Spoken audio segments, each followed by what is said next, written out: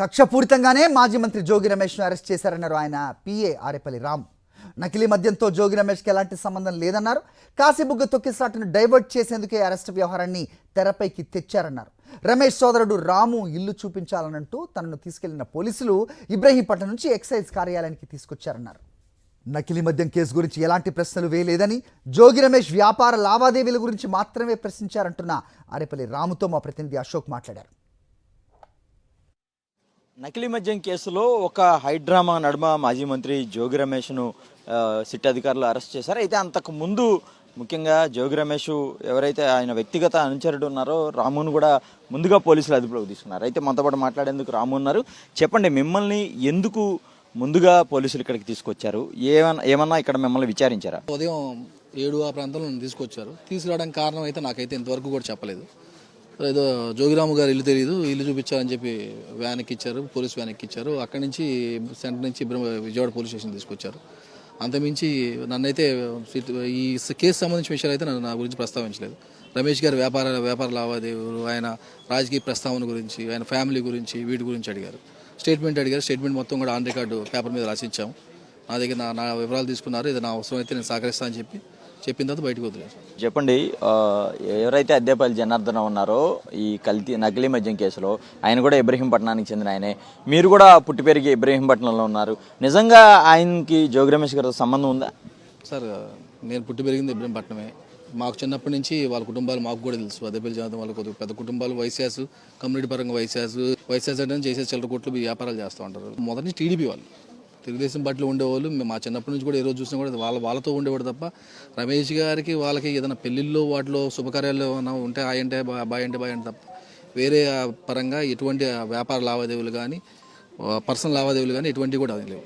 అంటే ఇప్పుడు అద్దేపల్లి జనార్దన్ రావును అరెస్ట్ చేసినప్పుడు కానీ ఆ రిమాండ్ రిపోర్ట్లో కానీ ఎక్కడ జోగి రమేష్ అనే ఆ పేరు లేదు. కానీ ఆ తర్వాత ఒక వీడియోలో జోగి రమేష్ పేరు చెప్పించారు, ఈయనే మొత్తం అంతా చేయించారంటున్నారు. మీరు కూడా నిత్యం జోగి రమేష్ వెంటే ఉంటుంటారు కదా, అసలు ఎప్పుడైనా ఎలాంటి లావాదేవీలకు సంబంధించి అసలు విన్నారా? అంటే ఇప్పుడు అద్దేపల్లి జనార్దన్ రావు చేస్తున్న ఈ విమర్శలను కానీ మీ మీద చేస్తున్న ఆరోపణలు ఎలా చూస్తారు? పూర్తిగా అద్దేపల్లి జనార్దన్ అనే వ్యక్తిని వాళ్ళ కుటుంబాన్ని కానీ ఆయన కానీ బెదిరించో ప్రలోభ పెట్టో ఆయన దగ్గర నుంచి తీసుకుంటారు. అసలు ఒక రిమాండ్ అయిన ఖైదీ దగ్గర నుంచి స్టేట్మెంట్ రిమాండ్ అయిన రెండో రోజు వీడియో అలా వచ్చింది. అసలు ముందు అధికారులు అడగాల్సింది అది, దాని గురించి వదిలేశారు. అసలు ఇప్పటి వరకు కూడా అద్దేపల్లి జనార్దన్ అనే వ్యక్తికి ఏ రోజు కూడా రమేష్ గారు మాట్లాడటం కానీ అతని ఫోన్ సంభాషణ కానీ జరిగిన దాఖలా ఇంతవరకు నాకు తెలిసి ఎక్కడా లేదు. మరి విడిగా మరి ఆ జనార్దన్ ఎందుకు చెప్పాడో ఏంటనేది జనార్దన్ చెప్పాలి. అంటే ఇటీవల ఒక ఫోటోను సర్క్యులేట్ చేశారు జోగి రమేష్ అలాగే ఎవరైతే అద్దేపల్లి జనార్దన్ ఉన్నారో ఇద్దరు ఎక్కడ ఒక వివాహ వేడుకలో పాల్గొంటే వీళ్ళిద్దరి మధ్య సత్సంబంధాలు ఉన్నాయని, అదే సమయంలో మీకు సంబంధించి ఒక వాట్సాప్ చాట్లు కూడా విడుదల చేశారు. ఇది క్రియేటెడేనా లేదా ఎట్లా? 100% వాట్సాప్ అనేది ఫేక్. అది ఎవరిని అడిగినా చెప్తారు. ఇబ్రహీంపట్నం రమేష్ గారు నాన్నగారు అక్కడ ఎంపీపీ చేశారు. రమేష్ గారు పొలిటికల్గా ఎంతో కొంత సెలబ్రిటీగా ఉన్న వ్యక్తి. వాళ్ళ పెళ్ళిళ్ళకి పిలుస్తారు. ఆ ఫోటోలు అక్కడ వచ్చి 12-13 ఏళ్ళ క్రితం రమేష్ గారితో దిగిన ఫోటోలు తప్ప అసలు ఆ ఫోటోలు జగన్ అతని ఫోన్లో ఉంటుంది, అద్దేపల్లి జగన్ ఫోన్లో ఉంటాయి. ఆ ఫోన్ నుంచి ఫోటోలు బయటకు ఎలా వచ్చినాయి? ఆ ఫోటోలు వచ్చి వదిలింది ఎవరు? ఇవన్నీ ముందు వేస్తే ఆటోమేటిక్గా నిందితులు ఎవరు తెలిసిపోద్ది. 100% కక్ష సాధింపులో భాగం తప్ప వేరే ఏం కాదు. ఆయన ఎంతో కొంత రాజకీయంగా ముందుకెళ్తున్నాడనే భాగం లోకల్గా ఉన్న వ్యక్తులకు కానీ, చంద్రబాబు నాయుడు గారు కానీ, లోకేష్ గారు కానీ అటువంటి వాళ్ళకి ఏమైనా ఇబ్బంది పడి ఉండొచ్చు. అటువంటి కక్ష సాధింపులో భాగం తప్ప ఈ కేసులో ఎటువంటి ఆధారాలు దొరకడానికి అవకాశం లేదు. ఆధారాలు అసలు అటువంటి వ్యాపారాలు జోగి రమేష్ గారు చేయలేదు. అంటే నిన్నటి వరకు కూడా గడిచిన 10-15 రోజులుగా ఈ ఎపిసోడ్ నడుస్తుంది. అనేక మార్లు జోగి రమేష్ నేరుగా సవాల్ చేశారు, మా ఇంటికి వచ్చి ఏదైతే తనిఖీలు చేయొచ్చు విచారించవచ్చాను. కానీ నిన్న ఏదైతే శ్రీకాకుళం జిల్లాలో ఘటన జరిగిందో దాన్ని డైవర్షన్లో భాగంగానే ఈరోజు జోగి రమేష్ను హడావిడిగా అరెస్ట్ చేశారనుకోవచ్చా? పూర్తిగా 100% కాశీబుగ్గలో జరిగిన ఇన్సిడెంట్ని డైవర్ట్ చేయడం కోసమే ఈ గేమ్ మొదలుపెట్టారు.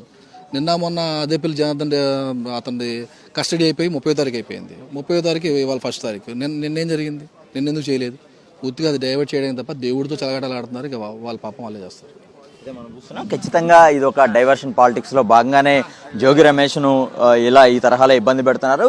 ఖచ్చితంగా ఈ నకిలీ మద్యం కేసులో ఎలాంటి సంబంధం లేదు. ఏ చిన్న ఆధారం లేకపోయినప్పటికీ కూడా కేవలం ప్రభుత్వం కక్షపూరితంగానే ఈ తరహాలో వ్యవహరిస్తుందని చెప్పి రాము చెప్తున్న పరిస్థితి కనపడుతుంది. కెమెరా పర్సన్ వంశీతో అశోక్, సాక్షి టీవీ, విజయవాడ నుంచి.